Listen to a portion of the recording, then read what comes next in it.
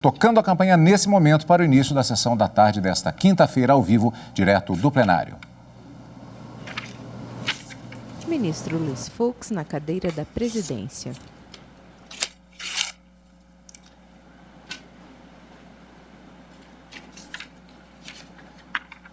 Vamos dar início à 39ª sessão extraordinária do plenário do Supremo Tribunal Federal. Vamos iniciar com a leitura da ata da sessão anterior pela senhora secretária.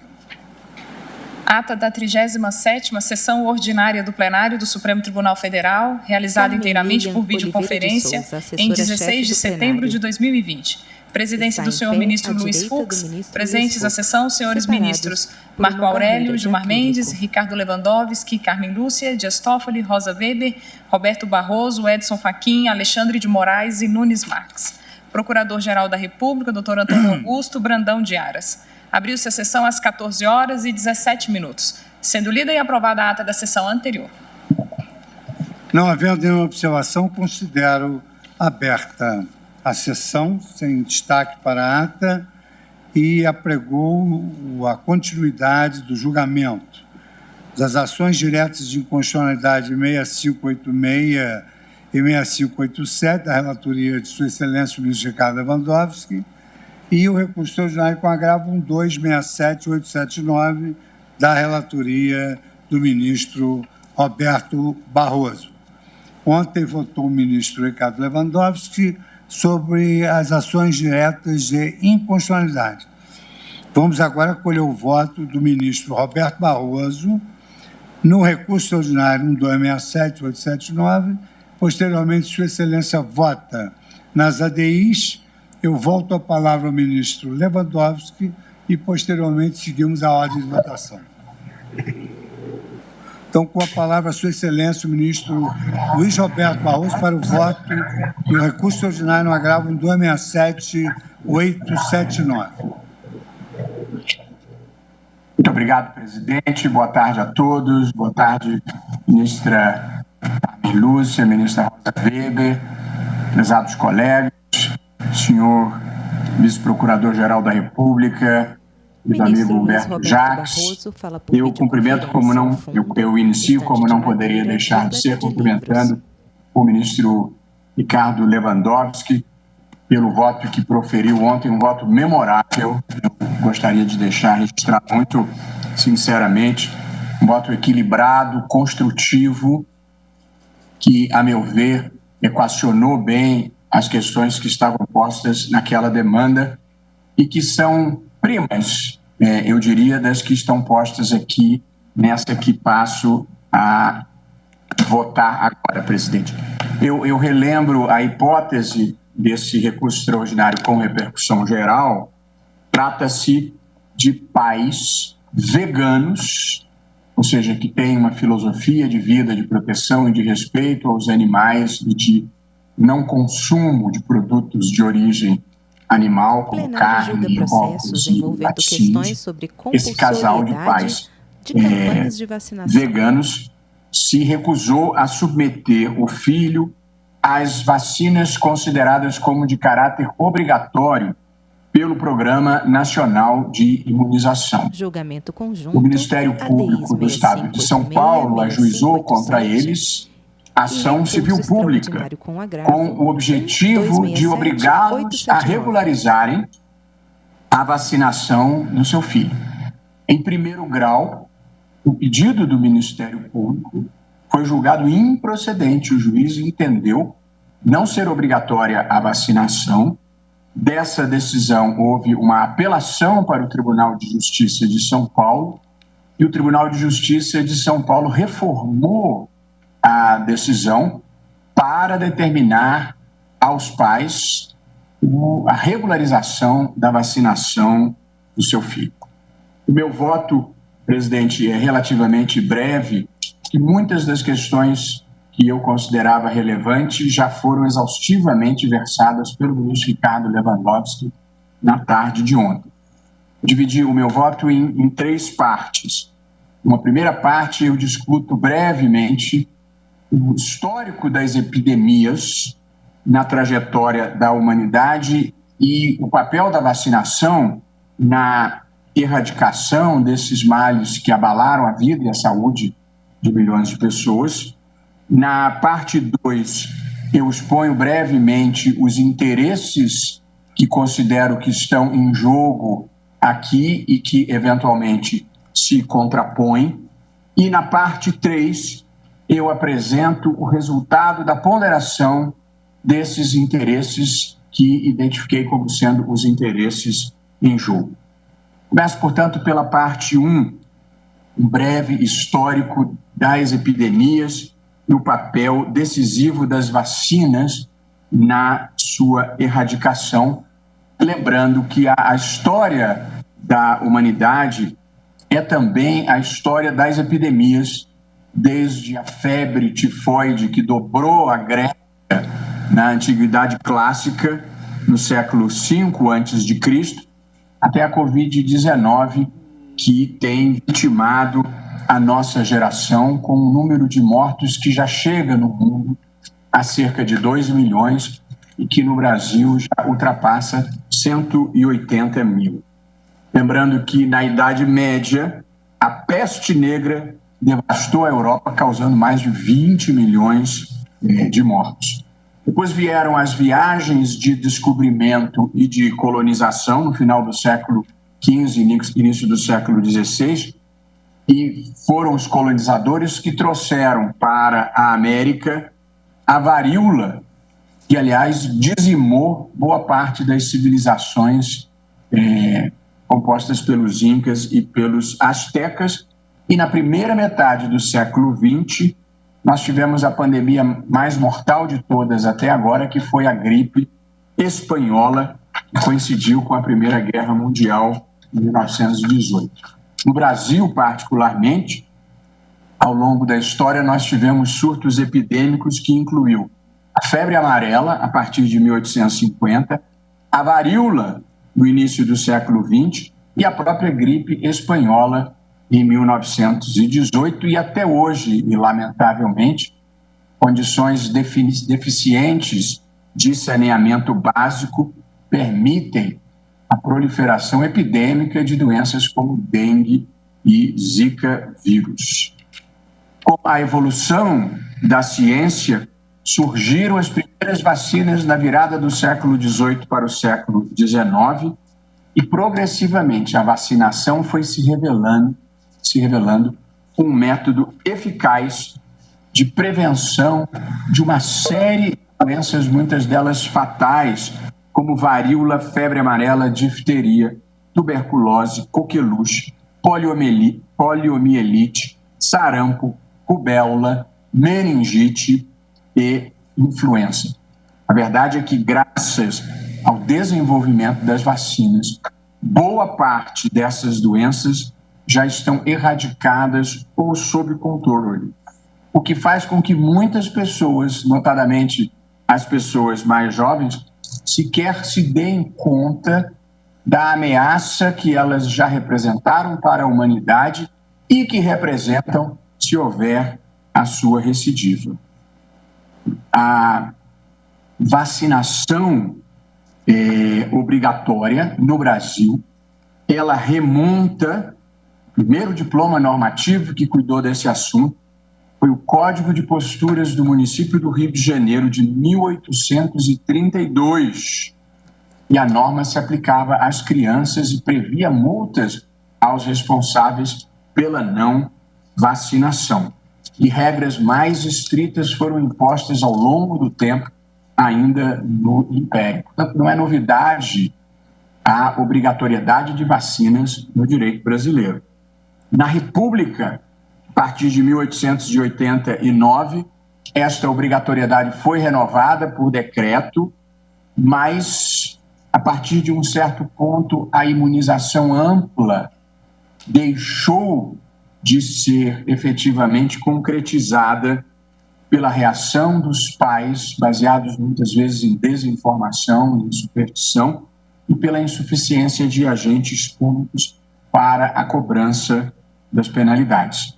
Em 1902, Rodrigues Alves toma posse e nomeia Oswaldo Cruz como diretor-geral de saúde pública. seria o cargo hoje correspondente a ministro da Saúde, para Oswaldo Cruz coordenar o esforço de saneamento da capital federal e de extinção das epidemias que vitimavam o Rio de Janeiro e que incluíam, notadamente, a febre amarela e a varíola.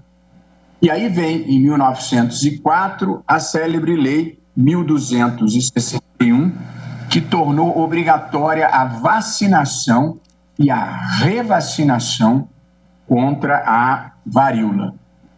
Um misto de obscurantismo e inabilidade governamental, inclusive com medidas excessivamente rigorosas, como ontem elencou o ministro Ricardo Lewandowski no seu voto, levaram à violenta reação que ficou conhecida historicamente como a revolta da vacina, o que levou o governo a revogar a medida e, infelizmente, consequência dessa revogação, os surtos da doença se sucederam e a varíola ainda perdurou no Brasil até a década de 70 do século passado. Só foi considerada erradicada em 1971.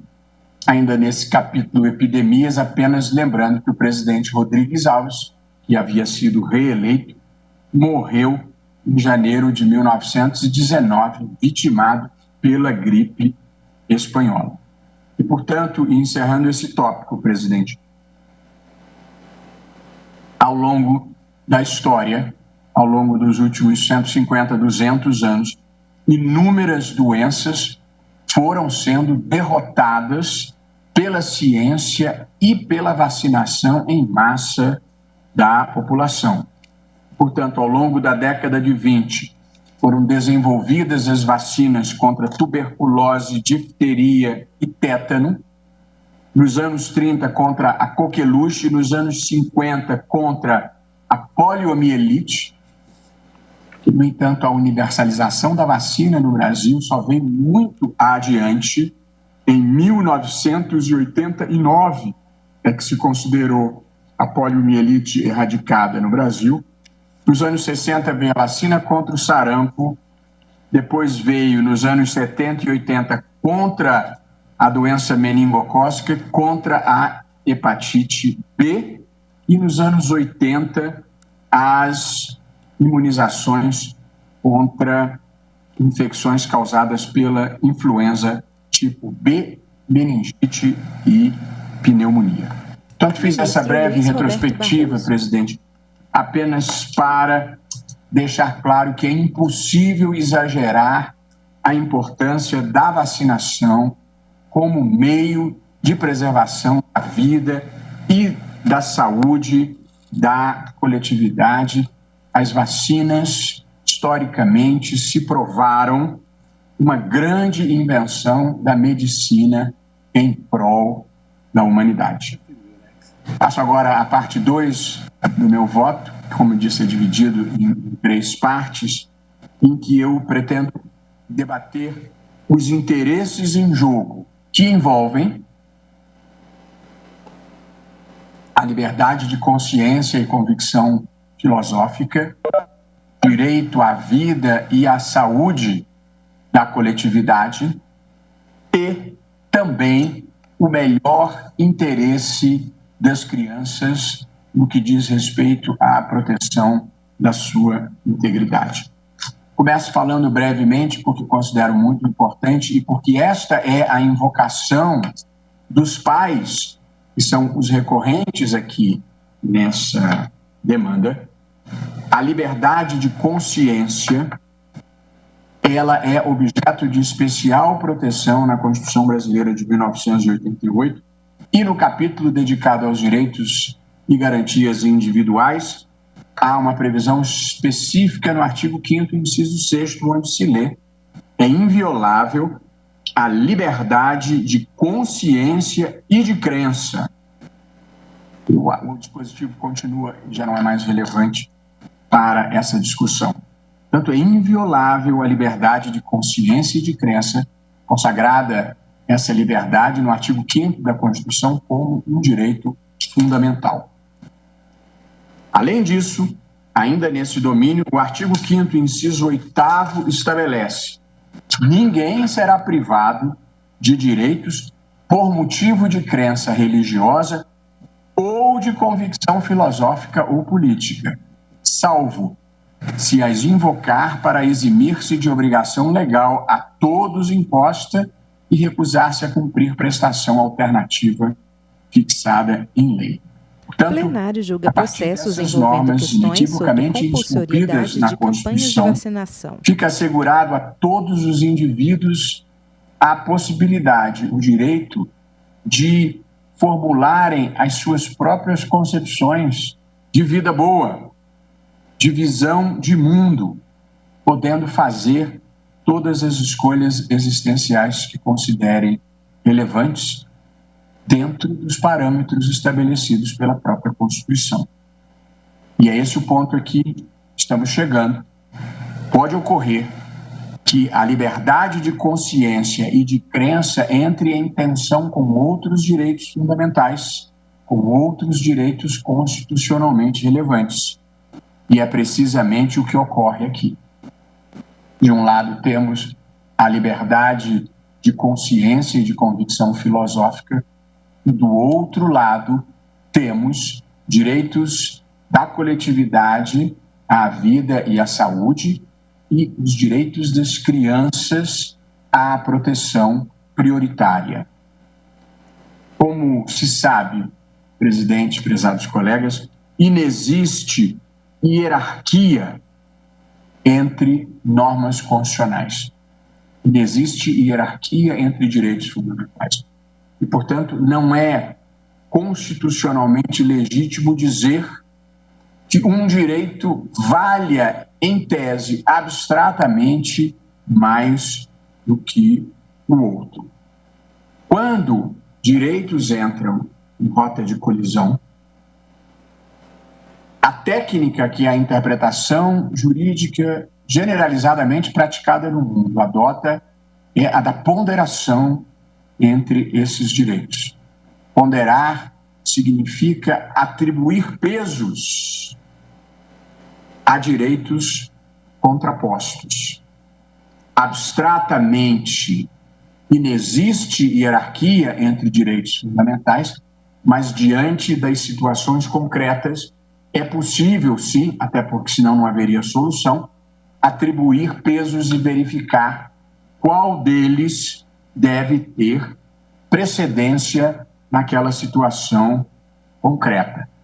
Na ponderação, o intérprete idealmente deve fazer concessões recíprocas entre os direitos em disputa, de modo a preservar o máximo possível de cada um deles e, no limite, preservando pelo menos o núcleo essencial daquele direito. Portanto, ponderar significa, em primeiro lugar, tentar fazer uma acomodação na maior intensidade possível entre os direitos contrapostos. Porém, em muitas situações, não é possível essa harmonização e o intérprete, então, terá que fazer escolhas para que um direito prevaleça circunstancialmente sobre outra naquela situação concreta. Cabe ao juiz constitucional, portanto, em tais situações em que ele vai determinar a precedência de um direito sobre o outro, cabe ao juiz constitucional expor as razões pelas quais estará procedendo assim, estabelecendo a precedência em concreto de um direito fundamental sobre o outro. Na situação aqui em exame, presidente e prezados colegas, parece-me fora de dúvida que o direito à vida e à saúde da coletividade, que naturalmente se traduz no direito individual de todos e de cada um, e também o direito prioritário das crianças que a Constituição assegura, a mim me parece, o direito à saúde da coletividade e particularmente das crianças e dos adolescentes deve prevalecer sobre a liberdade de consciência e de convicção filosófica. Ao fazer essa afirmação, que é grave, porque, em última análise, paralisa a incidência de um direito para a preponderância de outro, o intérprete deve, como acabei de dizer, expor as razões do seu convencimento e por quais motivos esta é a solução constitucionalmente mais adequada.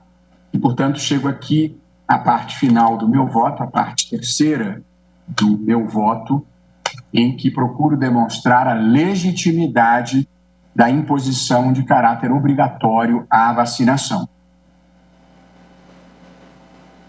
A vacinação compulsória, como disse, não vem de hoje, ela existe de longa data no direito brasileiro, desde meados do período imperial, e atualmente ela é prevista em diversas leis em vigor, a começar pela Lei 6.259, de 30 de outubro de 75, que instituiu o Programa Nacional de Imunizações e estabelece a competência do Ministério da Saúde para definir as vacinações de caráter obrigatório. Portanto, a própria legislação brasileira atribui ao Ministério da Saúde o poder-dever de definir quais são as vacinas obrigatórias. E, portanto, esta é uma previsão ex legis. Diploma esse que foi regulamentado pelo decreto 78.231, de 12 de agosto de 76, que prevê a obrigatoriedade da vacinação, inclusive para as crianças que estejam sob a guarda do responsável. A única exceção que o Programa Nacional de Imunizações prevê é para a hipótese de haver uma contraindicação médica àquela vacinação. Além dessa lei que instituiu o Programa Nacional de Imunizações, a Lei 6.437, de 77, tipifica infrações em caso de descumprimento do Programa Nacional de Imunizações, combinando, inclusive, pena de multa. E mais do que isso, o Código Penal tipifica como crime a seguinte hipótese, artigo 268, infringir determinação do poder público destinada a impedir introdução ou propagação de doença contagiosa. Pena, detenção de 1 mês a 1 ano. E, por fim, o Estatuto da Criança e do Adolescente, que é uma lei de 1990, também estabelece ser obrigatória a vacinação de crianças e adolescentes nas hipóteses em que isso seja determinação da autoridade sanitária competente. Porém, além de todas essas leis que já vêm de longa data, uma lei recente, cuidando especificamente da situação da Covid-19, prevê a Lei 13.979 de 2020, que foi de iniciativa do próprio Poder Executivo, a obrigatoriedade da vacina. Portanto, todas aquelas leis antigas, e o ministro Ricardo Lewandowski lembrava disso, nenhuma delas foi impugnada, ou pelo menos não foi impugnada com nenhum grau de abrangência, e muito menos chegou ao Supremo. Portanto, vigora desde a década de 70, incontestada, a legislação que prevê a obrigatoriedade da vacinação, o que foi reiterado por lei recente, já do presente governo. E aqui eu gostaria de fazer um esclarecimento importante, que também consta do meu voto e foi enfatizado largamente pelo ministro Lewandowski, que a expressão vacinação obrigatória não significa que alguém poderá ser imunizado à força, com violência física ou qualquer outro tipo de coação.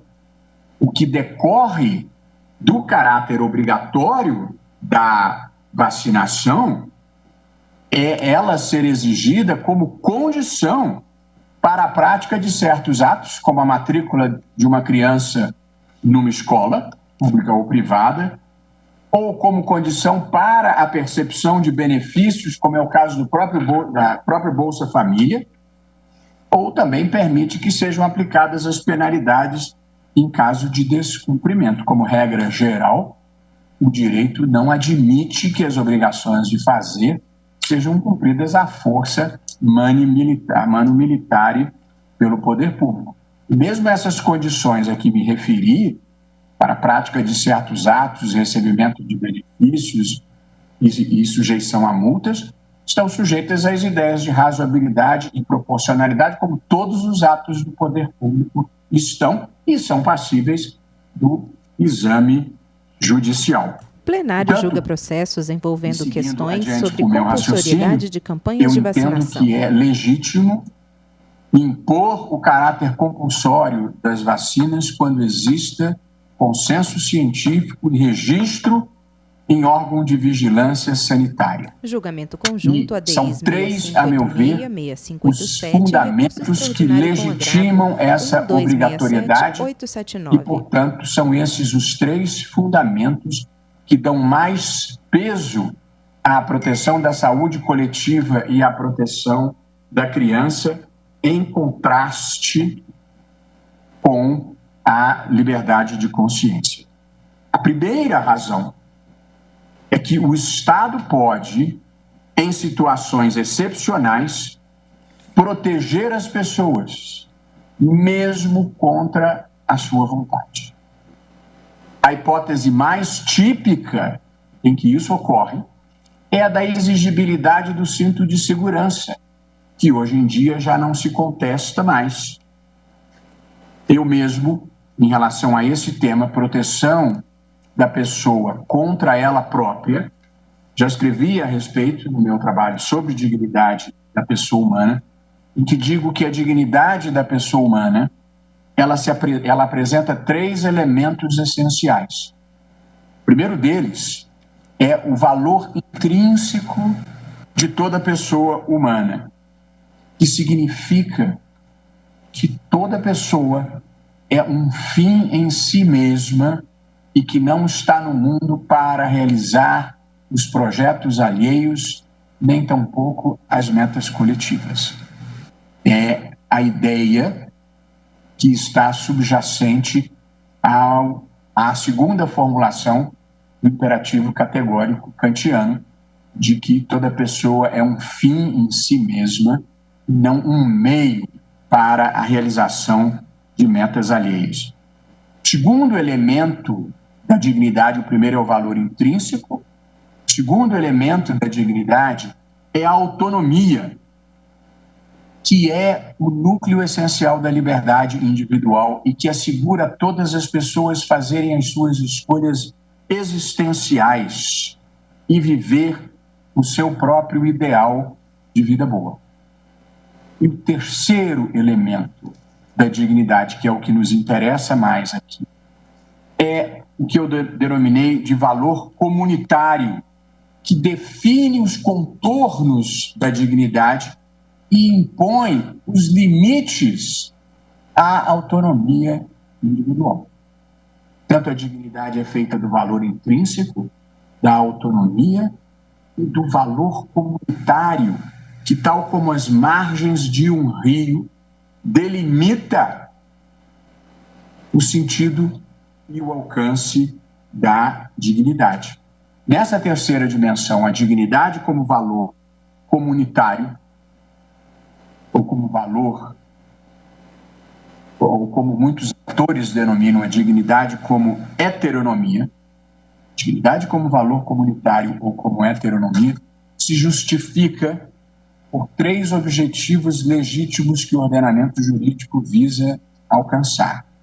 O primeiro é a proteção dos direitos e da dignidade de terceiros.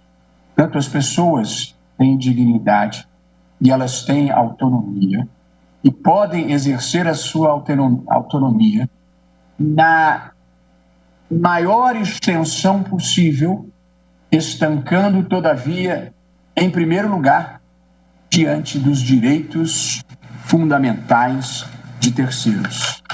Em segundo lugar, em certos casos excepcionais, a dignidade também precisa estancar diante da proteção da dignidade do próprio indivíduo.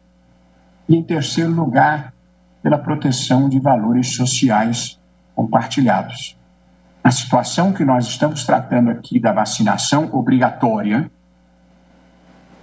a dignidade protege também, e esse é o primeiro ponto que eu destaco, o próprio indivíduo, eventualmente contra a sua desinformação ou a sua escolha equivocada, impondo a ele a imunização que irá preservar a sua vida ou a sua saúde. Esse é um dos raros casos na vida jurídica, a meu ver, em que o paternalismo se justifica. Paternalismo entendido como o Estado se sobrepondo à vontade individual relativamente a condutas autorreferentes. Parei uma pausa, presidente, de 5 segundos, porque, em nome da economia que todos nós praticamos aqui no Supremo, a luz se apaga de vez em quando se a gente não se movimentar. Dá uma andadinha aqui, por favor. Ali.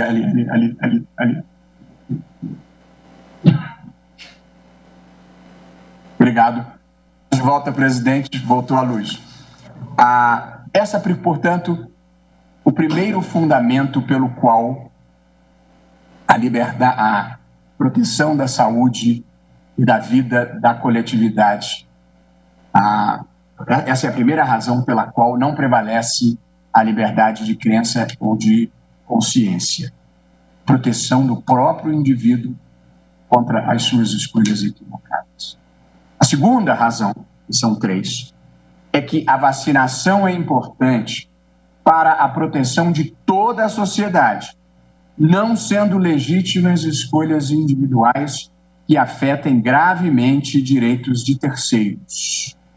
E aqui, e esse talvez seja um ponto central da nossa conversa, organizações internacionais, institutos de pesquisa em todo o mundo defendem e incentivam o uso da vacina como um instrumento vital capaz de proteger os indivíduos contra uma série de doenças e de deficiências graves.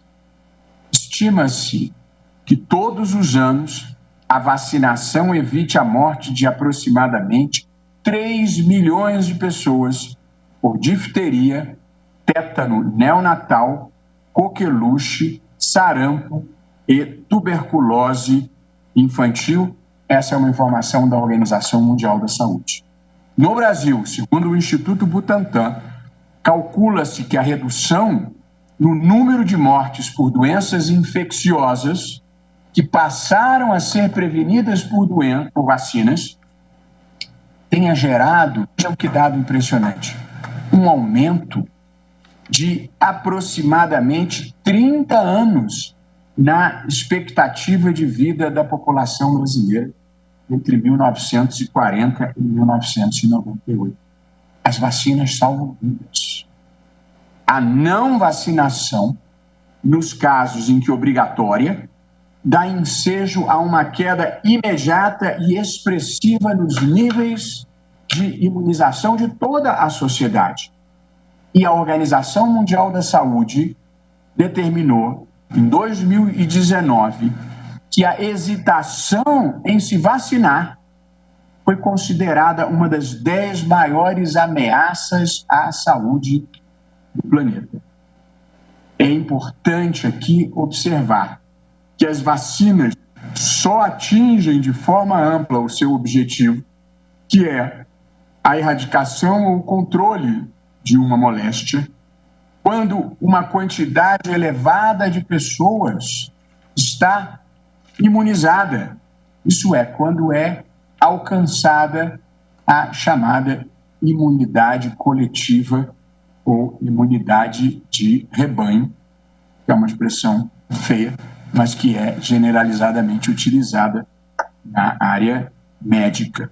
E, portanto, se não se consegue essa imunização coletiva, a há o risco real do surto de evitáveis, comprometendo a saúde pública da população como um todo.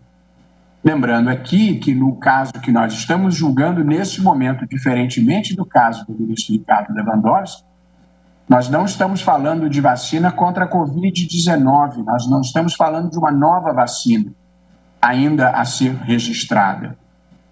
Nós estamos falando das vacinas tradicionais, das vacinas que figuram no Plano Nacional de Imunizações. Nós estamos falando de vacinas que salvam vidas das crianças ou impedem doenças graves, como pólio, sarampo, meningite, coqueluche, tétano, rotavírus, influenza, tuberculose e hepatite. E, de fato, na história recente do Brasil, queda no índice de vacinação já provocou surtos de doenças graves que causam imenso sofrimento, quando não a morte. O que ocorreu em 2018 com um surto de sarampo que vitimou mais de 10 mil pessoas. E mesmo os países que flexibilizaram a obrigatoriedade da vacinação como regra geral, em múltiplas situações específicas, voltaram atrás e impuseram a vacinação compulsória. E, portanto, presidente, terminando esse penúltimo tópico, digo eu, não é legítimo, em nome de um direito individual, que seria a liberdade de consciência, frustrar o direito da coletividade. Isso não é um direito abstrato, é o direito de cada um, individualmente, de não estar exposto à contaminação por uma doença que poderia ser evitada mediante vacinação. E chego agora, presidente, ao terceiro e último argumento pelo qual, na ponderação entre liberdade de consciência e outros direitos, eu entendo que, no caso concreto, devam prevalecer os outros direitos. O terceiro componente da minha argumentação é o seguinte: o poder familiar, que antigamente era referido como pátrio poder, não autoriza que os pais, invocando convicção filosófica, coloquem em risco a saúde dos filhos. Vota o ministro Luiz Roberto Barroso. Eu gostaria de manifestar meu profundo respeito pelas opções de vida das pessoas, inclusive pela opção de uma vida vegana, que ganhou adeptos em muitas partes do mundo, para além do vegetarianismo, que é uma escolha legítima e amplamente praticada por outros povos. Portanto, não vai aqui nenhum juízo de valor depreciativo sobre essa ou outras escolhas existenciais perfeitamente legítimas, em alguns casos extremamente louváveis.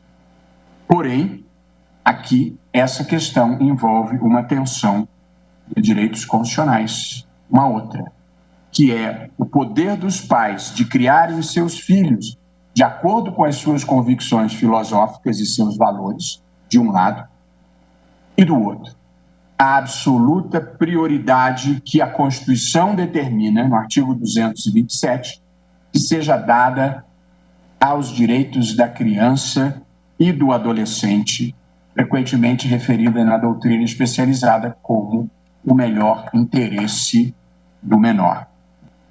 Impõe-se, portanto, aqui, presidente, a distinção entre a objeção de consciência levantada por um adulto em relação aos tratamentos a que ele próprio tenha que se submeter, de um lado, e, do outro lado, a oposição desse mesmo adulto a uma providência médica essencial à saúde ou à vida de um menor sob sua responsabilidade e que ainda não é capaz de manifestar a sua própria vontade. Tanto, e é muito fácil perceber a distinção entre as escolhas existenciais que alguém faça para si e as escolhas existenciais que alguém faça como responsável por outrem como é o caso dos pais em relação aos filhos menores. Na primeira hipótese, quando pessoas adultas fazem escolhas para si, sob determinadas circunstâncias, é possível dar prevalência à autonomia individual, como expressão da sua dignidade, desde que isso não repercuta ilegitimamente sobre a esfera jurídica de terceiros. Foi exatamente isso que eu observei em um parecer que dei de longa data, na minha outra vida, na minha outra encarnação, em que defendi o direito de pessoas adultas que professem a religião Testemunha de Jeová de recusarem transfusão de sangue em nome da sua fé, em nome da sua liberdade religiosa. Ali havia o direito à liberdade religiosa contraposto ao direito à saúde. Não há hierarquia entre os direitos. Acho que o direito à liberdade religiosa merece uma grande proteção no direito brasileiro e considerei legítima a escolha naquele caso, porque era um ato autorreferente, era uma decisão que repercutia apenas sobre a pessoa que estava tomando a decisão. Mas desde aquela ocasião, já deixei registrado que essa escolha não podia ser feita por outrem, inclusive e sobretudo para os próprios filhos. E, portanto, em relação aos filhos, prevaleciam os valores laicos e os valores da medicina, até que ele viesse a se tornar maior e pudesse fazer as escolhas por si próprio. Mas aqui, nem essa escolha da pessoa adulta eu considero legítima, porque a não vacinação não é uma escolha apenas autorreferente, não é uma decisão que repercuta apenas sobre a esfera física ou jurídica de quem está tomando a decisão. Repercute sobre a esfera de saúde e, às vezes, da vida de toda a coletividade. Porque se um conjunto grande de pessoas invocar convicção própria para não se vacinar, não se obtém a imunização coletiva, que é imprescindível para a erradicação e o controle de uma série de doenças. Voltando, então, à questão da criança, crianças são seres autônomos, embora incapazes. As crianças não são propriedades dos pais. E diversas cortes internacionais, mesmo em países em que a vacinação não é, como regra geral, obrigatória, determinam a vacinação obrigatória em certos casos, sobretudo a vacinação infantil, como faço constar do meu voto, o qual estou fazendo. O plenário julga processos envolvendo questões sobre compulsoriedade de campanhas de vacinação da Itália, do Reino Unido e da França. Julgamento Portanto, conjunto, se a convicção filosófica dos ADIs pais 6586, colocar em risco o 6587, melhor recurso interesse da extraordinário com criança, agravo é esse último 1267 que deve 879. prevalecer. Portanto, presidente, há direitos fundamentais contrapostos em jogo, a saber, liberdade de convicção filosófica, de um lado, direito à vida e à saúde da coletividade e melhor interesse da criança do outro, ao fazer a ponderação entre esses direitos, que não são hierarquizados abstratamente, mas que, em concreto, para decidir a questão, é preciso definir qual vai ter precedência. Estou decidindo pela precedência do direito à vida e à saúde coletivas e à proteção prioritária da criança por essas três razões que enunciei. Porque é possível, em certos casos, e esse é um deles, proteger a pessoa humana contra si mesma, porque aqui o interesse da coletividade deve prevalecer, porque, no fundo, estamos falando do direito à vida e à saúde de cada pessoa individualmente. E, por fim, a Constituição manda cuidar prioritariamente do interesse da criança. E toda a ciência médica entende que a vacinação é vital ou altamente relevante para a proteção da saúde das crianças. Presidente, eu vou enunciar a minha conclusão, que é uma conclusão que já abarca a minha concordância com as posições nas duas ações decididas ontem pelo ministro Ricardo Lewandowski, assim abreviando o tempo da Corte, que era as indagações nas ações do ministro Ricardo Lewandowski, era sobre a obrigatoriedade da vacinação, em que Sua Excelência muito claramente disse sim, a partir do momento em que haja consenso médico-científico, e a competência também de estados e municípios para determinar a vacinação obrigatória, respeitado esse pressuposto.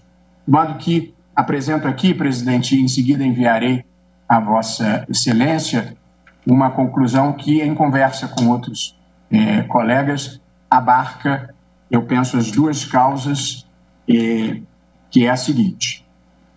E, portanto, eu, no meu caso, estou negando provimento ao recurso extraordinário e, nos casos do ministro Ricardo Lewandowski, eu estou julgando parcialmente procedentes, tal como fez Sua Excelência. E, portanto, a conclusão que proponho é a seguinte, presidente. É constitucional a obrigatoriedade de imunização por meio de vacina que, registrada em órgão de vigilância sanitária, tenha sido incluída no Programa Nacional de Imunizações. 2, tenha sua aplicação obrigatória determinada em lei. Ou 3, seja objeto de determinação da União, Estado, Distrito Federal ou município, com base em consenso médico-científico. Em tais casos, não se caracteriza violação à liberdade de consciência e de convicção filosófica dos pais ou responsáveis, nem tampouco ao poder familiar. E com essa minha conclusão, presidente, eu já estou me pronunciando também quanto ao mérito das duas ações ontem expostas pelo ministro Ricardo Lewandowski. Com isso, penso, abreviando o tempo da Corte, pela desnecessidade de proferir um outro voto, é como me pronuncio, presidente. Muito obrigado, ministro Luiz Roberto Barroso, porque, mercê da profundidade, o voto de Vossa Excelência foi sintético e absorveu esse reclamo da necessidade de nós concluirmos esse julgamento para dar segurança jurídica e segurança no plano médico para toda a população brasileira. Ministro Ricardo Lewandowski, Vossa Excelência agora tem a palavra para votar sobre o recurso extraordinário do ministro Barroso. Senhor presidente, senhoras ministras, senhores ministros, senhor Procurador-Geral da República, senhores advogados, servidores presentes e demais que nos assistem. Eu cumprimento o profundo e esclarecedor voto do ministro Luiz Roberto Barroso. Quero dizer que, em linhas gerais, nossos argumentos são coincidentes. Eu penso que, neste momento histórico pelo qual passa o Brasil e o mundo, não podemos colocar em dúvida a eficácia e segurança das vacinas em geral, e essas que vierem a ser aprovadas pelos órgãos competentes. Eu, como disse em meu voto, entendo que a saúde tem uma dupla face, é uma moeda de duas faces. É um direito, por um lado, individual, mas é um direito social também. Entendo que ninguém pode se furtar a esse dever de vacinar-se em prol do bem-estar, da saúde e da própria vida da coletividade a qual pertence. Eu adiro à a conclusão a que chegou o eminente ministro Luiz Roberto Barroso. Adiro também a tese a qual a Sua Excelência enunciou. Apenas diria o seguinte: se fosse eu não um juiz constitucional, mas um juiz do egrégio Tribunal de Justiça do Estado de São Paulo, ao qual com muita honra pertenci, talvez não tivesse optado desde logo pela suspensão do pátrio poder, a que se refere o artigo 1637 do Código Civil em vigor, do novo Código Civil. Eu talvez teria determinado a aplicação de sanções progressivas. Primeiramente, aquelas sanções são estabelecidas no Estatuto da Criança e do Adolescente, que são as penas pecuniárias, que podem ser dobradas, depois aquelas penas ou medidas compulsórias de caráter indireto, que constam, como o ministro Barroso muito bem agora ressaltou, da legislação ordinária e também de portarias e de resoluções, para só então, num último momento, como a última ratio do Estado juiz, aplicar a suspensão temporária do pátrio poder, a busca e apreensão da criança, como medida, enfim, apropriada para fazer com que este dever que emana da Constituição e das leis do país de vacinar as crianças e os adolescentes. Mas quero dizer, senhor presidente, que não tenho nenhum retoque, nenhuma ressalva ao belíssimo voto agora trazido pelo eminente ministro Luiz Roberto Barroso. Parabenizando-o, acompanho-o integralmente. O ministro Barroso votou no recurso ordinário e nas ADIs, o ministro Lewandowski votou nas ADIs e no recurso ordinário. Passamos agora a seguir a ordem de votação. Passo a palavra à Sua Excelência, o ministro Nunes Marques. Boa tarde, senhor presidente. Boa tarde a todos que participam dessa sessão. Ministro Nunes Marques fala por videoconferência. Ao fundo, à direita, estante de madeira, repleta de livros. Tratam os autos de duas ações diretas de constitucionalidade com pedido de medida cautelar na primeira ADI 656, ajuizada pelo Partido Democrático Trabalhista, PDT, onde pede a esta Suprema Corte que dê o artigo 3º, caput, inciso 3, a linha D, da Lei 13.979 de 2020, interpretação conforme a Constituição, de modo a estabelecer que tal dispositivo autoriza os Estados-membros e municípios a realizarem vacinação compulsória e outras medidas profiláticas no combate à pandemia de Covid-19. Na segunda, a ADI 687, ajuizada pelo Partido Trabalhista Brasileiro, PTB, em face do mesmo dispositivo, pede-se a declaração de inconstitucionalidade total do referido preceptivo legal. O PDT, após referir-se à importância da imunização coletiva para o controle da Covid-19, afirma que o presidente da República já teria publicamente afirmado que a vacinação não será obrigatória, de modo que os Estados-membros, nesse contexto, poderiam ter opinião diferente, buscando vacinar obrigatoriamente os residentes em seus territórios. Apresenta exemplo de estados que estão em processo de aquisição de vacinas estrangeiras. Em seguida, defende que não é legítima a interpretação que extraia do texto do artigo 3º, inciso 3, a linha D, da Lei 13.979, de 2020, norma no sentido de que a autoridade competente para dispor acerca da compulsoriedade da imunização seria exclusivamente o Ministério da Saúde, sem qualquer atuação supletiva dos gestores locais. Já o PTB, em sentido oposto, alega que tal norma é incompatível com os direitos fundamentais à vida, à saúde e à liberdade individual e com o princípio da dignidade humana, artigos 5º, caput, artigo 6º caput e artigo 196 da Constituição Federal. Sustenta também que, embora a previsão tenha como objetivo promover e assegurar a saúde pública, não há, no momento atual, segurança quanto aos efeitos colaterais das vacinas e nem certeza quanto à eficácia contra a Covid-19, já que, assumidamente, diversas etapas obrigatórias para a segurança de vacinas deixaram de ser realizadas. O PDT pretende que este tribunal defina a interpretação do citado dispositivo de tal maneira que se assegure a competência local, estadual e municipal para decidir acerca da necessidade ou não de imunização compulsória dos respectivos territórios. O PTB, por outro lado, pretende que se declare inconstitucional qualquer tipo de obrigatoriedade da vacina, independentemente de onde parta a ordem, ou, na pior das hipóteses, que se dê interpretação conforme para impedir o uso compulsório de vacinas sem comprovação de eficácia e segurança.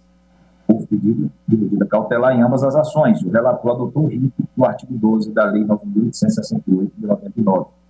A Presidência da República, em ambas as ações, sustentou não ser dado ao Judiciário interferir na implementação de política pública quando ausente flagrante omissão constitucional, sob pena de afronta ao princípio da separação de poderes.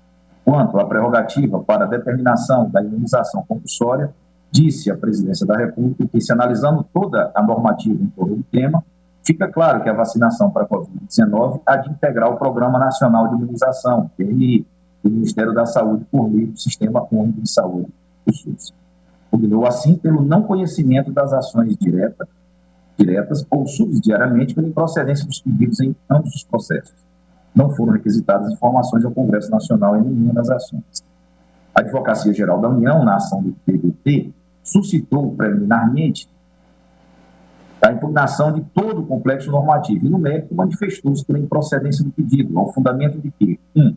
As ações promovidas pelas autoridades federais revelam engajamento em projetos de desenvolvimento de vacina, mas a ausência de produtos registrados torna prematuro qualquer debate sobre obrigatoriedade. 2. Os artigos 9.098 e 200 da Lei Maior dão suporte à competência desempenhada pela União na elaboração e coordenação do Programa Nacional de Imunizações, bem como na definição de estratégias e normatizações técnicas de vacinação, inclusive acerca de seu caráter obrigatório ou não. 3. A amplitude, a dinamicidade e a complexidade técnica de vacinação demandam coordenação efetiva por autoridade administrativa central. 4. A compulsoriedade da vacinação deve se dar de forma harmônica com a legislação que rege o PNI e em consonância com o papel de coordenação do controle epidemiológico atribuído à União. 5. O deferimento do pedido antes da avaliação técnica das vacinas disponíveis fragiliza a separação dos poderes. Na ação do PPB, a Advocacia Geral da União suscitou preliminar de não impugnação de todo o complexo normativo e, no mérito, manifestou-se pela improcedência do pedido sobre os fundamentos principais de que 1. É precoce o modo de aplicação de vacina ainda inexistente, cuja obrigatoriedade é mera possibilidade. 2.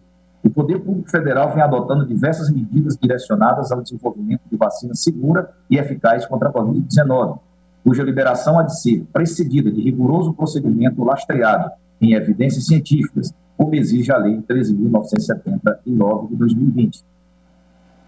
Por fim, não é automática a compulsoriedade da vacinação, a qual dependerá da consideração de elementos dinâmicos e complexos, cuja avaliação só pode ser feita de modo apropriado pela Autoridade Sanitária Central. A Procuradoria-Geral da República opinou na ação do PDT, ADI e assim por diante, pelo não conhecimento da ação ou subsidiariamente pela procedência parcial do pedido. Na ação do PDT, ADI 6587, a PGR opinou pelo não conhecimento da ação e, no mérito, pela improcedência. Estes são os casos sob exame conjunto. As ações não merecem ser conhecidas por várias razões. Em primeiro lugar, plenário julga processos envolvendo questões sobre compulsoriedade de campanhas de vacinação. A pretexto de obter uma interpretação específica ou um expurgo de um artigo de lei, o que pretende os requerentes, na verdade, é obter um provimento jurisdicional que ou conceda uma autorização judicial específica aos estados e municípios para exercer uma competência não prevista claramente em lei, sem serem importunados pelo Executivo Federal ou quaisquer órgãos de fiscalização. Ou, em sentido oposto, uma proibição judicial contra a obrigatoriedade de qualquer vacina contra a Covid-19. Não se postula na inicial certa interpretação abstrata e geral de um conjunto de dispositivos legais relacionados, mas sim que se defina judicialmente uma política pública específica e temporária, ou permitindo-a a quem a lei não deu competência ou proibindo-a a quem ela outorgou poderes. Por efeito, o dispositivo questionado pelo requerente tem a seguinte redação: o artigo 3º, inciso 3, a linha D da Lei 13.979 de 2020. Para enfrentamento da emergência de saúde pública de importância internacional que trata esta lei, as autoridades poderão adotar, no âmbito de suas competências, entre outras, as seguintes medidas: 1. Isolamento. 2. A quarentena. E o inciso 3, determinação de realização compulsória de, a linha D, vacinação e outras medidas profiláticas. O dispositivo não fala a respeito da competência para determinar a vacinação compulsória, nem diz quais são as condições para a vacinação compulsória, mas apenas afirma que é possível que se determine tal vacinação, entre outras medidas de política sanitária. Como observado pelo próprio PDT, na inicial da ADI 586, em outro ponto, a lei chega mesmo a atribuir às autoridades locais essa competência para determinar vacinação obrigatória, que é o inciso 3 do parágrafo 7 do artigo 3º, embora sem especificar em que condições. Ou seja, até há previsão legal para que os gestores de saúde locais determinem a vacinação obrigatória. Porém, seria preciso que se indicasse na regulamentação da lei os detalhes do contexto e o modo como poderia proceder a tal medida. Eventual omissão do Poder Executivo nesse sentido poderia ser corrigida por mandado de injunção ou até mandado de segurança coletiva, conforme o caso, mas não por ação direta de inconstitucionalidade. Analisando os fatos que são referidos nas duas petições iniciais, observa-se que não há prova de que a União tenha editado qualquer ato administrativo impedindo a aquisição de vacinas pelos estados e municípios, ou que tenha obstado a instituição de vacinação compulsória, onde quer que seja. Por outro lado, também não há prova alguma de que a União pretenda, no primeiro momento, usar da competência para instituir vacinação obrigatória. Eventual fala do presidente da República para meios de comunicação ou em perfil de rede social, se bem que possa expressar uma manifestação política que tem natural peso simbólico, não é ato administrativo e não é expressão da vontade da União. Apenas pelos meios formais, decretos, resoluções e atos administrativos em geral, é que a União se manifesta. O presidente da República, a par de ter atribuições administrativas, é também um agente político e, como tal, tem o direito de expressar suas opiniões pelos meios que considere apropriados, inclusive com o intuito de influenciar a opinião pública em favor das teses que defende. Isso faz parte da liberdade de expressão e do jogo político, íncitos ao regime democrático. Tais manifestações, entretanto, não são atos administrativos e não vinculam juridicamente a União, que apenas se expressa pelos meios formalmente reconhecidos. É errôneo atribuir à União uma conduta a respeito da qual não há qualquer prova nos autos, sob a suposição de que um comentário ocasional do presidente da República implicaria automaticamente a prolação dos atos administrativos respectivos pela entidade política. Há uma diferença palpável entre retórica política e a efetiva implementação de uma política pública. A primeira é constituída de palavras ditas com o objetivo de persuadir e fascinar, e a segunda é feita de atos concretos, produzidos pela burocracia estatal em direção a um fim prefixado. Quando se olha os documentos juntados à inicial pelo PDT, vê-se que a premissa da ADI 6586 é uma certeza especulativa de que uma declaração do presidente da República a um jornal se converterá fatalmente em política pública. Outro ponto, não menos relevante para ambas as ações, é que não há, no atual momento, nenhuma vacina registrada no Brasil que possa ser aplicada sequer facultativamente nos cidadãos, muito menos obrigatoriamente. Como pode a ação direta pedir que este Supremo Tribunal Federal autorize ou proíba a imposição de vacina obrigatória pelos entes públicos, se ainda não existe sequer a vacina contra a Covid-19 no Brasil? Certo, pode-se argumentar que a recente autorização do FDA, Food and Drug Administration, a utilização nos Estados Unidos da vacina produzida pelo laboratório da Pfizer em consórcio com a BioNTech justificaria o debate que se pretende estabelecer nesta ação de controle concentrado. Acontece que o artigo 3º, inciso 8, a linha A, número 1, da Lei 13.979 de 2020, já prevê a solução técnica excepcional para o problema, criando alternativa legal para o registro da vacina no país, o que abriria, aí sim, em termos plausíveis, o possível debate sobre a obrigatoriedade da vacina. Porém, justamente porque já existe uma solução na própria lei impugnada, é que não faz sentido falar-se ainda em controvérsia constitucional. Aqui se deve seguir, por sua absoluta correção e razoabilidade, a doutrina constitucional, que aqui chamamos de evitação constitucional, segundo a qual deve o judiciário, salvo quando estritamente necessário, evitar o debate constitucional. O Justice Wiley Rutledge, no caso Rescue Army versus Municipal Court of Los Angeles, de 1947, apresentou alguns motivos que justificam essa doutrina, entre eles: a. o caráter extremamente abstrato do debate constitucional; b. as limitações inerentes ao processo judicial; c. a necessidade de respeito aos espaços de decisão dos demais poderes; e d. a importância de um julgamento constitucional. Bem analisados, estes casos preenchem todos os requisitos para se evitar o debate constitucional. De fato, a. o debate a respeito de uma questão técnica e prática está estabelecido num nível extremamente abstrato e hipotético, pois sequer há vacina no país que possa ser tornada impositiva. B. além disso, a discussão sobre a eficácia e riscos de uma eventual vacina não é estritamente jurídica e dificilmente se pode resolver de modo satisfatório num processo de controle concentrado de constitucionalidade. C. o Poder Legislativo e o Poder Executivo têm apresentado soluções para a questão sanitária decorrente da pandemia de Covid-19. Se são ou não as melhores, julgamento é um assunto conjunto ADI 6586, um julgamento constitucional sobre esse tema trairia para esta Corte prematuramente grande responsabilidade política, quiçá aliviando indevidamente o ônus que, na democracia, deveria recair sobre os agentes eleitos e em quem a população depositou a sua confiança em apresentar soluções para os problemas do país. Há outro obstáculo considerável ao conhecimento destas ações diretas de inconstitucionalidade. É que o tema de vacinação obrigatória, competência, objeto e finalidade, na verdade, está mais detalhadamente regulamentada numa lei pré-constitucional, que sequer poderia ser impugnada em ação direta. Refiro-me à Lei 6.259, de 30 de outubro de 1975, que criou o chamado Plano Nacional de Imunizações, o PNI.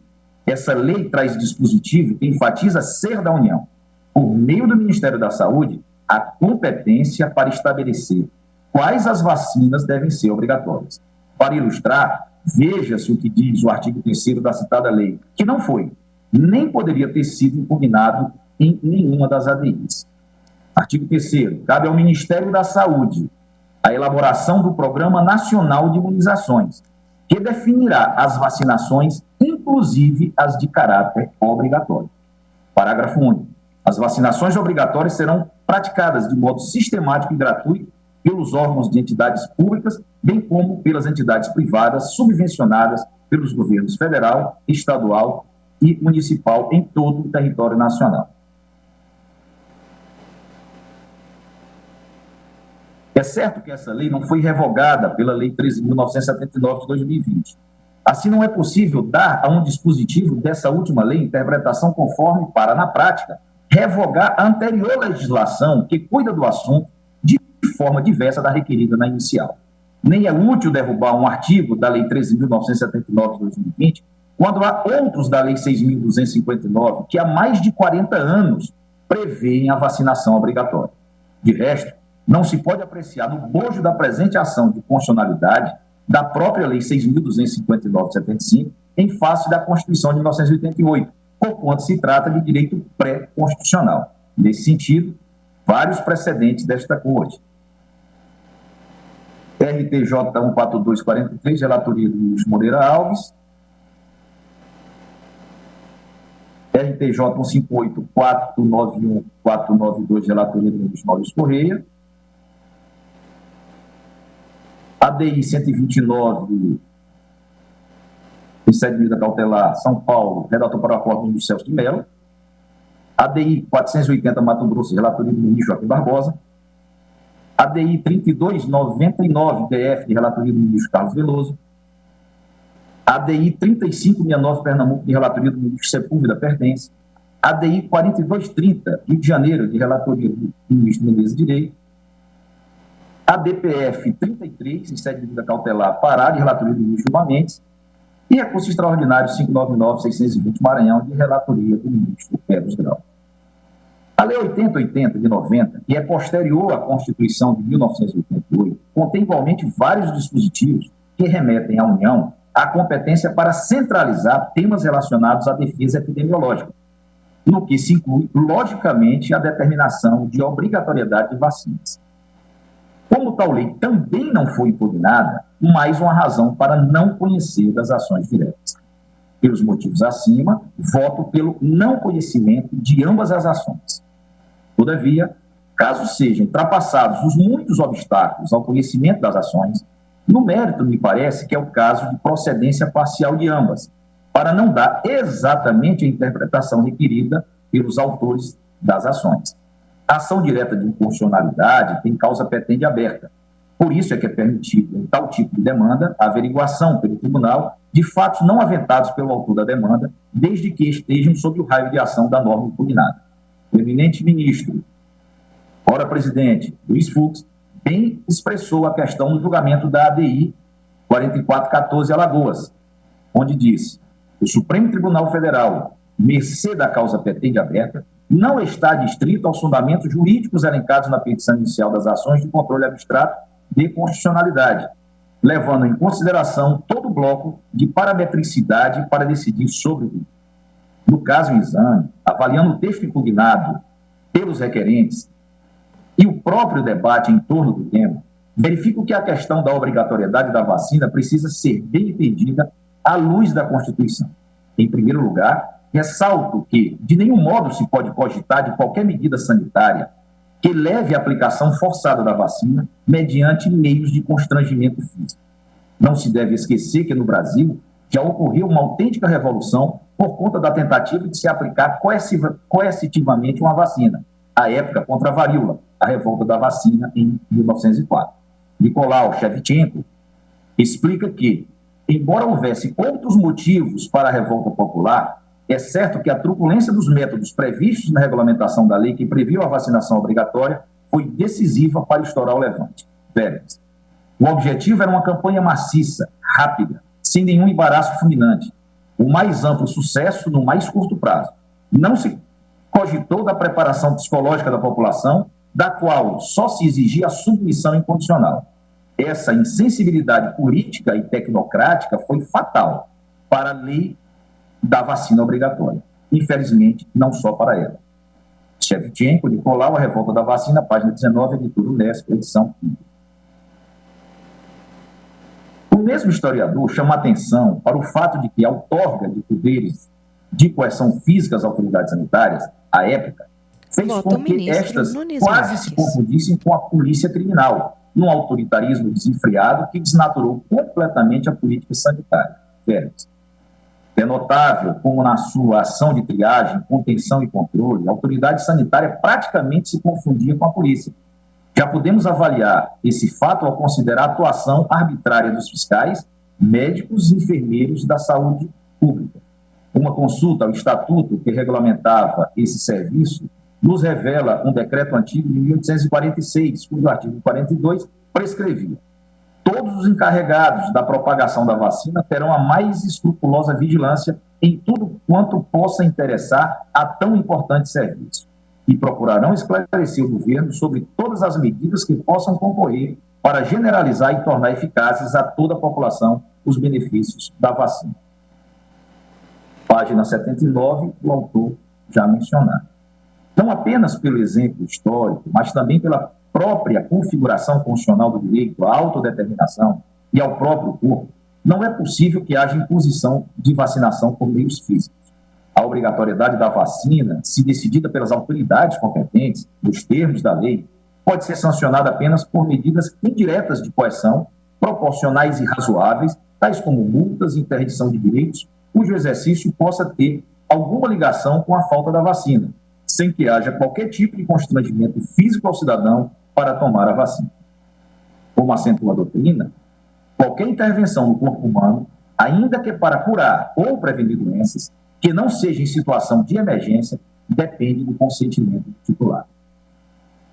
Também na preservação da vida e da saúde, na investigação e na cura de doenças, com aparatos sofisticados que a tecnologia vem paulatinamente acrescentando, a disposição do corpo é elemento primário, ficando a critério do profissional habilitado, médico, anestesista, dentista ou outro, o seu uso, obtido prévio consentimento do interessado ou de quem o represente, ressalvado o estado de necessidade. Carlos Alberto Vital, os direitos da personalidade, locais do crime 2013 e 2015, Saraiva e São Paulo. Por outro lado, é certo que há muitos exemplos históricos de vacinação obrigatória sem coação física, em nações civilizadas, inclusive com o referendo do Poder Judiciário. O exemplo mais relevante, sem dúvida, foi dado pela Suprema Corte dos Estados Unidos, no célebre julgamento do caso Jacobson versus Massachusetts, em 1905, onde a Suprema Corte admitiu como compatível com a Constituição daquele país uma lei do estado de Massachusetts que instituíra a vacinação obrigatória com vistas a debelar um surto de varíola em Boston que havia matado 270 pessoas entre 1901 e 1903. Na ocasião, porém, a sanção contra a recusa em tomar a vacina era apenas multa.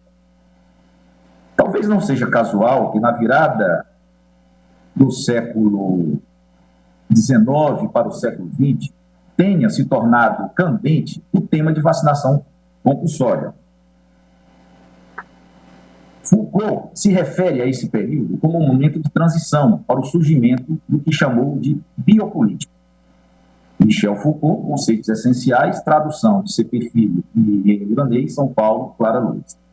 A biopolítica manifesta-se pelo exercício de biopoderes, com ênfase em técnicas de manutenção da vida e em medicalização da política, em especial na gestão da saúde coletiva, que passa a ser uma preocupação central da política do século XX.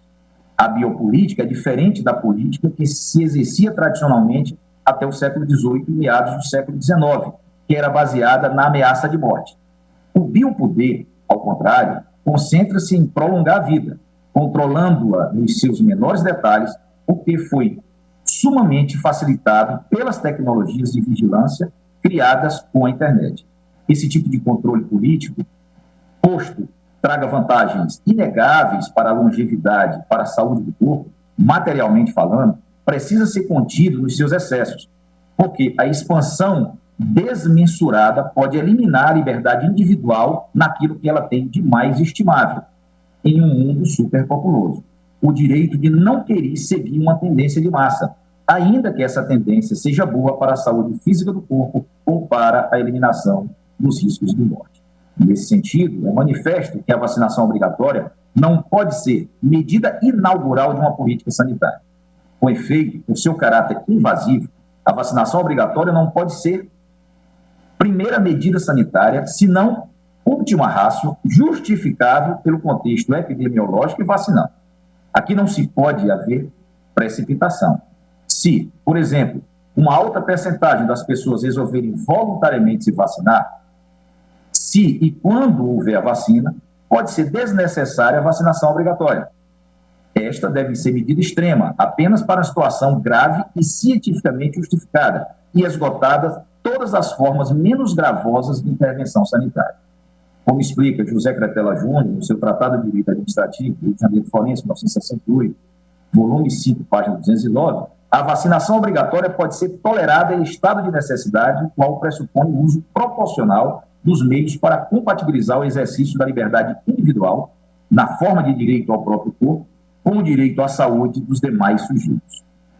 Em um contexto de perigo a esse segundo direito, pode-se usar apenas os meios absolutamente necessários e não excedendo os limites para a remoção do perigo de contágio, para debelar a ameaça de dano. Nesse sentido, dispõe o artigo 188, inciso 2 e parágrafo único do Código Civil. Verbas. Não constituem atos ilícitos. 2. A deterioração ou destruição de coisa alheia ou a lesão à pessoa a fim de remover perigo iminente. Parágrafo único. No caso do inciso 2, o ato será legítimo somente quando as circunstâncias o tornarem absolutamente necessários, não excedendo os limites do indispensável para a remoção do perigo. Em todo caso, como já acentuado acima, apenas sanções indiretas podem ser combinadas para o descumprimento da obrigatoriedade da vacina. E, mesmo quanto às sanções indiretas, as que não forem impostas por lei da União dependem de oitiva prévia do Ministério da Saúde, como decidiu este Supremo Tribunal Federal nos idos de 1978, na RP 945, relatoria do ministro Cunha Peixoto, publicado no Diário de 11 de agosto de 1978. Plenário julga processos envolvendo questões sobre compulsoriedade de campanhas de vacinação. Vigente 6.259 de 1975. Julgamento conjunto os governos estaduais, com audiência prévia do Ministério da Saúde, poderão propor medidas legislativas complementares visando ao cumprimento das vacinações, obrigatórias por parte da população no âmbito de seus territórios. Parágrafo único. As medidas de que trata este artigo serão observadas pelas entidades federais, estaduais e municipais, públicas e privadas, no âmbito do respectivo Estado. Deve-se assegurar também ao cidadão o direito de não se submeter obrigatoriamente a nenhuma vacina que tenha sido concebida por processos inéditos e nunca aplicados em massa. Embora sejam respeitáveis as empresas e instituições que estão envolvidas no processo de criação desses novos imunizantes, não é totalmente infundado o receio de algumas pessoas quanto aos eventuais efeitos que esses imunizantes podem ter sobre a saúde ou da sua descendência, no caso de pessoas em idade reprodutiva. Para tanto, basta mencionar que no chamado Plano Nacional de Operacionalização da Vacinação contra a Covid-19, disponível no site do Ministério da Saúde, recentemente apresentado pelo próprio Ministério da Saúde, menciona-se que as vacinas que usam RNA mensageiro, por exemplo, têm plausibilidade de serem seguras, embora nunca tenham sido aplicadas em massa. A plausibilidade de segurança destas vacinas é amparada na ausência de integração do RNA-M, injetado ao genoma do indivíduo vacinado. As vacinas de RNA-M apresentam o atrativo da possibilidade de produção rápida de grande quantidade de doses, não havendo, entretanto, até a data de hoje, vacinas licenciadas e em uso que utilizem esta tecnologia.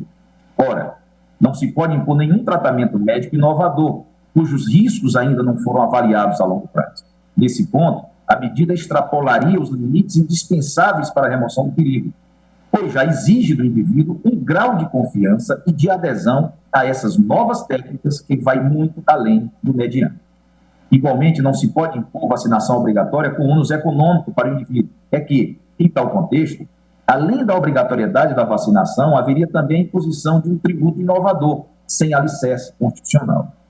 Ante o exposto, caso sejam ultrapassadas as questões preliminares, no mérito, voto pela procedência parcial das ações, para dar interpretação conforme ao artigo 3º, inciso 3, a linha D, da Lei 13.979 de 2020, de modo que tal dispositivo seja entendido no sentido de que a instituição de obrigatoriedade da vacina contra a Covid-19 é possível pela União ou pelos Estados, mediante oitiva prévia da União, Ministério da Saúde, com base em evidências epidemiológicas devidamente apuradas, como última medida para o combate à disseminação dessa moléstia, após campanha de vacinação voluntária e o esgotamento de todas as formas menos gravosas de intervenção sanitária. B. As sanções contra eventual descumprimento de vacinação obrigatória, que devem ser razoáveis e proporcionais, apenas podem ser temporárias e indiretas, incidindo sobre o patrimônio ou sobre o exercício de certos direitos, mas nunca o constrangimento físico sobre o corpo ou a liberdade física do indivíduo. Nenhuma vacina que tenha sido concebida por processos científicos inéditos e nunca utilizados em massa pode ser imposto de modo obrigatório.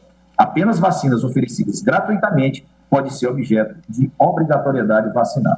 É como voto, senhor presidente. Pois não, ministro? Pois não?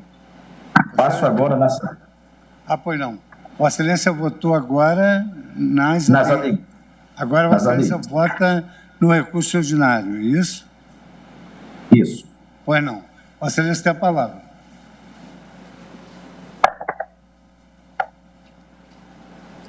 Trata-se de recurso extraordinário com repercussão geral, reconhecida por este Supremo Tribunal Federal, interposto por ACPZ e AZA, com fundamento no artigo 102, inciso 3, a linha A, da Constituição Federal, em face de acordo do Tribunal de Justiça do Estado de São Paulo, assim mentar.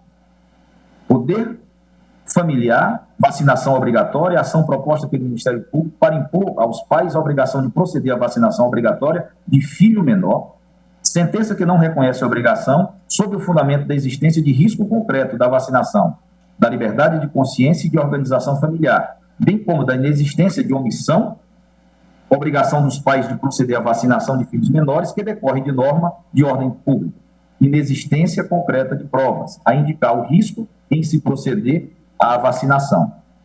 Organismos internacionais que reconhecem a inexistência de risco grave de benefícios com a vacinação, normatização a indicar que a vacinação obrigatória integra conjunto de regras de ordem pública, tutela não só a saúde da criança, mas também da coletividade negativa. A vacinação que institui infração sanitária, conflito de direitos fundamentais, que deve ser decidido pela prevalência dos interesses da criança e de sua saúde, bem como da coletividade, liberdade filosófica e religiosa, que não tem caráter absoluto quando atinge terceiros, obrigação dos genitores de regularizar a vacinação, possibilidade de suspensão temporária do poder familiar para a regularização da vacinação da criança pelo Conselho Tutelar, recusa dos pais em cumprir a determinação judicial, que deve ser suprida por meio de busca e apreensão da criança e seu encaminhamento a serviço público de saúde para a regularização vacinal, recurso provido para julgar procedente a ação. Os embargos de declaração opostos contra o tal ato decisório foram rejeitados. Em suas razões recursais, os recorrentes alegam violação ao artigo 5º, incisos 6, 8 e 10 da Constituição Federal, sustentando em suma que a obrigatoriedade de vacinar advém de lei, Estatuto da Criança e do Adolescente.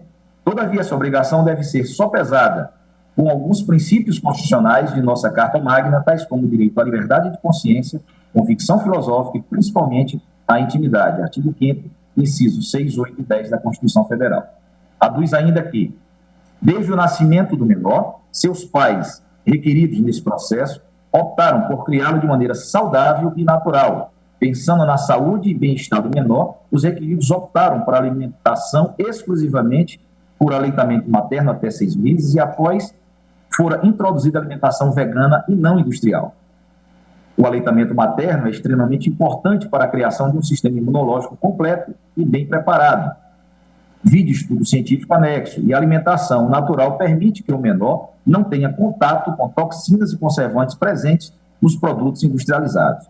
Os requeridos optaram por uma promoção da saúde a partir de uma visão menos intervencionista e que respeite a resposta imunológica natural do corpo humano. O acompanhamento médico do menor iniciou-se na gestação, com o pré-natal realizado regularmente, e desde então o menor tem sido acompanhado por pediatra e nutricionista periodicamente. O menor encontra-se saudável e bem cuidado, conforme atestado médico avançado a esta peça processual. Para garantir que a dieta vegana seja suficiente na nutrição infantil, o menor é acompanhado por nutricionista, além do acompanhamento pediátrico realizado periodicamente. Os requeridos acreditam que essa escolha, no que diz respeito à alimentação do menor, seja responsável pela saúde do mesmo, que nunca foi acometido por nenhuma enfermidade. O Procurador-Geral da República, Dr. Augusto Aras, ofereceu parecer em que opinou, em síntese, pelo desprovimento do apelo extremo, sob o fundamento de que, ao sopesar o direito constitucional à liberdade de convicção, seja religiosa, filosófica, existencial ou moral, do indivíduo com o direito de proteção integral da criança e do adolescente e de preservação da saúde coletiva, prevalecem estes, uma vez que indisponíveis de ordem pública. Foi admitido na condição de amigo do Grupo de Atuação Estratégica das Defensorias Públicas Estaduais e Distrital e os Tribunais Superiores. É o relatório, passo ao voto. A liberdade de crença religiosa ou filosófica dos pais não pode ser imposta ao filho menor. Enquanto é menor, a criança possui diferentes proteções, não sendo a posição dos pais absoluta, sobretudo em face de normas de ordem pública aplicáveis à generalidade das crianças residentes no país. O poder familiar dos pais não existe como direito ilimitado para dirigir os destinos dos filhos, mas sim com o objetivo de proteger as crianças contra riscos e agravos decorrentes da posição vulnerável em que se encontram na infância e adolescência, em linha com o que dispõe a Constituição Federal no artigo 227, parágrafo 1º, que deixo de mencionar para encurtar o tempo do meu voto. O artigo 1634 do Código Civil, regulamentando o disposto na Constituição, no ponto em que ela atribui à família parte da responsabilidade pelo cuidado com as crianças e adolescentes, estipula sobre o que chama de poder familiar.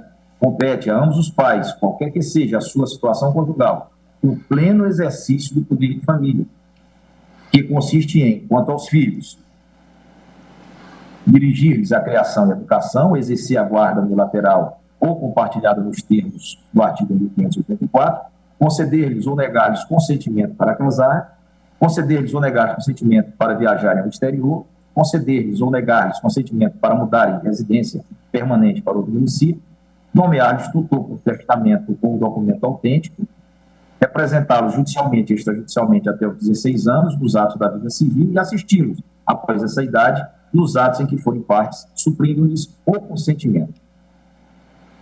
Reclamá-los de quem legalmente os detenha, exigir que eles prestem obediência e respeito os serviços próprios de sua idade e condição. Especificamente em relação à vacinação de crianças e adolescentes, determina o Estatuto da Criança e do Adolescente, no artigo 14. O Sistema Único de Saúde promoverá programas de assistência médica e odontológica para a preservação das enfermidades que ordinariamente afetam a população infantil e campanhas de educação sanitária para pais, educadores e alunos. É obrigatória a vacinação das crianças nos casos recomendados pelas autoridades sanitárias. Parágrafo 1º do artigo 14 do Estatuto da Criança e do Adolescente. Ou seja, não há na lei plenário nenhuma julga autorização processos envolvendo questões sobre compulsoriedade de campanhas de vacinação. Com prejuízo de direito destes às suas convicções pessoais, em detrimento de normas sanitárias válidas e eficazes. Legalmente, não há dúvida de que os pais têm de vacinar seus filhos menores. Trata-se da concretização do direito à saúde do menor, que deve ser assegurado não apenas pelos pais, mas também pelo Estado e pela sociedade, conforme artigo 227 da Constituição Federal. A questão é saber se há espaço constitucional para a conformação desse dever com a liberdade de consciência e crença e intimidade dos pais de filhos menores. Artigo 5º, inciso 8 e 10 da Constituição Federal, que não queiram submetê-los à vacinação compulsória. Nesse sentido, parece-me que, em relação a menores, não faria sentido invocar a liberdade de consciência e crença dos pais para não cumprir medida sanitária obrigatoriamente imposta a todas as crianças. Afinal, a liberdade de consciência e de crença é direito individual de cada um dos pais, que deve se restringir à esfera de interesses exclusiva deles próprios, não podendo implicar a supressão de direito da criança, que se consubstancia em dever dos pais, tanto mais se se trata de um direito relacionado à proteção da saúde da criança, cuja posição na hierarquia axiológica constitucional é de indiscutível superioridade em relação às liberdades individuais. Bem explicou o ministro Alexandre de Moraes, o direito à vida é o mais fundamental de todos os direitos, já que se constitui em pré-requisito a existência e exercício de todos os demais direitos, na sua obra Direito Constitucional, 13ª edição, página 63. E o direito à saúde, por seu turno, está materialmente ligado ao direito à vida. Vale ressaltar que a Constituição coloca a criança sob um arco de proteção que envolve não apenas a família, mas igualmente o Estado e a sociedade.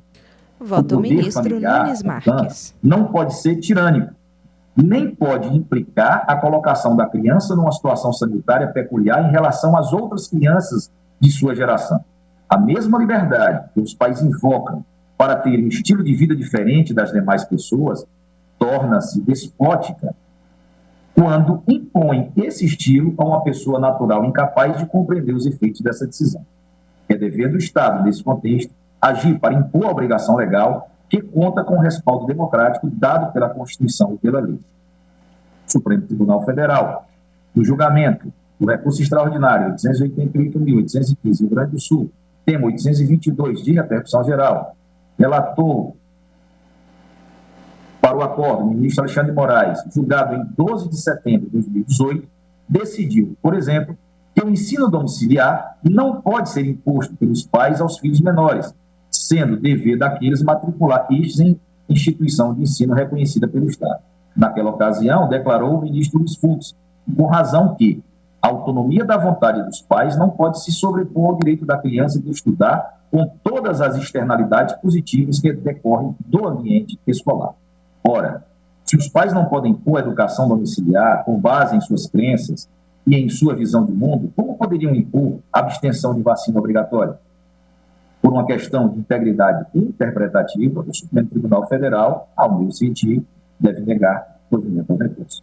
Plenário julga processos envolvendo questões sobre compulsoriedade de campanhas de vacinação. Fronteiras que não podem ser rompidas pela autonomia da vontade.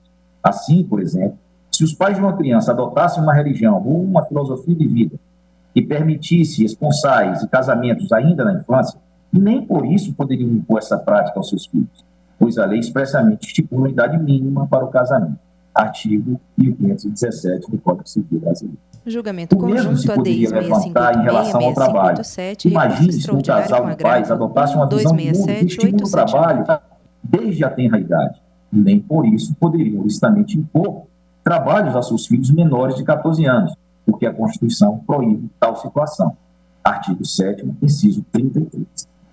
Cogite-se agora de pais que, por uma certa crença ou opinião, acredite que uma criança com 10 anos de idade pode e deve participar da vida política do país, inclusive votando e se candidatando a cargos eletivos.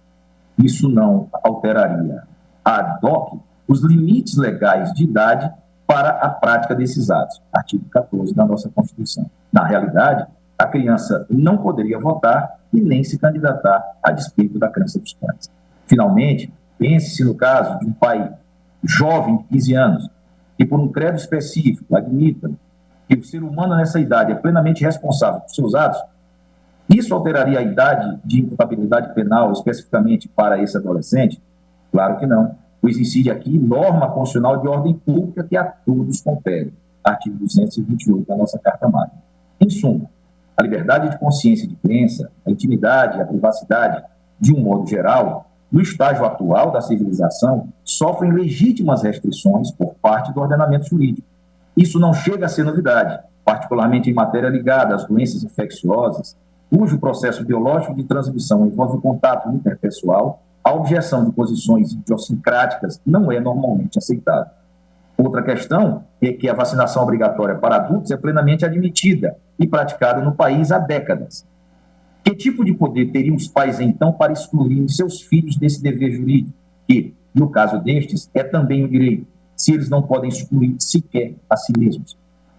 A questão da objeção de consciência ou de crença, como pode-se a aplicação de procedimentos médicos, está para ser decidida por esse tribunal em 2 importantes processos. Na DPF 618, da minha relatoria, e no RE 1.212.272, tema 1069, de relatoria do ministro Gilmar Mendes. Enquanto a Suprema Corte não emite uma decisão geral e abstrata sobre o ponto, reporto-me aqui a compilação de estudos feitos pelo Conselho da Justiça Federal, que resultou no seguinte enunciado. O direito à inviolabilidade de consciência e de crença, previsto no artigo 5º, inciso 6 da Constituição Federal, aplica-se também à pessoa que se nega a tratamento médico, inclusive transfusão de sangue, com ou sem risco de morte, em razão do tratamento ou da falta dele, desde que observados os seguintes critérios: a capacidade civil plena, excluído o suprimento pelo representante do assistente, a manifestação de vontade livre, consciente, informada e oposição que diga respeito exclusivamente à própria pessoa do declarante. Enunciado 413. A relação dos pais com os seus filhos menores é de representação ou assistência, não de propriedade. Eles não podem atribuir aos filhos as suas próprias objeções de consciência e de crença, quando isso implicar a supressão de um direito da criança, notadamente com riscos à saúde e à vida dela. A criança detém personalidade jurídica e, por isso, é titular de direitos próprios, que não podem ser objeto de disposição por terceiros, ainda que sejam seus pais. Até mesmo direitos patrimoniais das crianças, como sabemos, para serem objetos de disposição, dependem de autorização judicial. Artigo 725 do Código de Processo Civil. Então, para se vender um imóvel do menor, por exemplo, os pais precisam pedir autorização do Estado. Como poderiam eles, por sua própria conta e risco, impedirem que a criança usufrua de uma proteção sanitária oferecida gratuitamente para todas as crianças da mesma idade? Seria paradoxal o sistema jurídico admitir tal solução. Em suma, está claro que o direito à intimidade e à liberdade de crença filosófica ou religiosa são direitos individuais, não podendo seus titulares utilizá-los para privar terceiros, ainda que seus filhos, de direitos constitucionalmente assegurados, notadamente o direito à saúde. Admitida a inviabilidade da objeção de crença dos pais para impedir a vacinação dos filhos, surge outra questão relevante. Como implementar a obrigatoriedade vacinal em relação à criança? Sendo certo que, como votei nas ADIs 6856 e 6857, não considero possível a coação física sobre a pessoa para a aplicação de vacina. A simples inação dos pais poderia, na prática, frustrar o direito do menor da mesma forma que se houvesse uma autorização para tanto, o que, como dito acima, contraria o sistema constitucional. Em outras palavras, os pais podem, mesmo sem autorização legal ou judicial, usando do seu poder familiar, inviabilizar na prática a vacinação obrigatória da criança. Por isso que, neste caso, a tese de que não pode haver constrangimento físico precisa ser devidamente compreendida. É que a criança, pela sua própria falta de maturidade intelectual, não pode consentir ou não sobre a aplicação da vacina. E, aliás, nunca é consultada sobre isso, sendo seus pais os núncios da sua vontade. Quando estes, porém, pretendem impedir a vacinação, o que ocorre é que o seu poder familiar obstaculiza o direito da criança, que, de qualquer modo, seria executado sem consulta à sua vontade. Assim, a forma de se compatibilizar a situação é aplicar-se, em caso de resistência dos pais, a sanção indireta de suspensão temporária e episódica do poder familiar pelo judiciário, em procedimento instaurado pelo Ministério Público ou pelo Conselho Tutelar, apenas para aplicação na criança da vacina obrigatória devidamente registrada na Agência de Vigilância Sanitária e em instituição de saúde pública autorizada.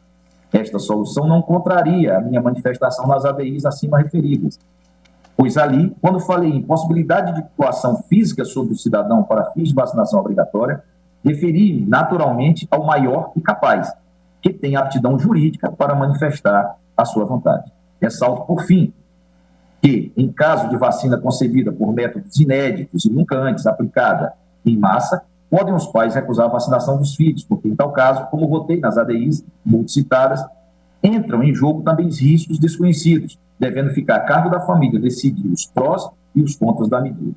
Finalmente, reiterando também os votos proferidos nas ações de controle concentrado, observe que apenas a vacinação gratuita pode ser objeto de obrigatoriedade pelo Estado. Então, senhor presidente, concluo acompanhando o voto do eminente relator e a tese por ele fixada. Do ministro Nunes Marques, também parabenizo Vossa Excelência pelo voto Ministro e pela Luiz Fux, presidente síntese que proporcionou já o andamento dos trabalhos em estágio bastante razoável. Tendo em vista o adiantado da hora, vou suspender a sessão pelo tempo regimental, para após, então, começarmos a colher o voto do ministro Alexandre Moraes e ministros que se seguem. Está suspensa a sessão.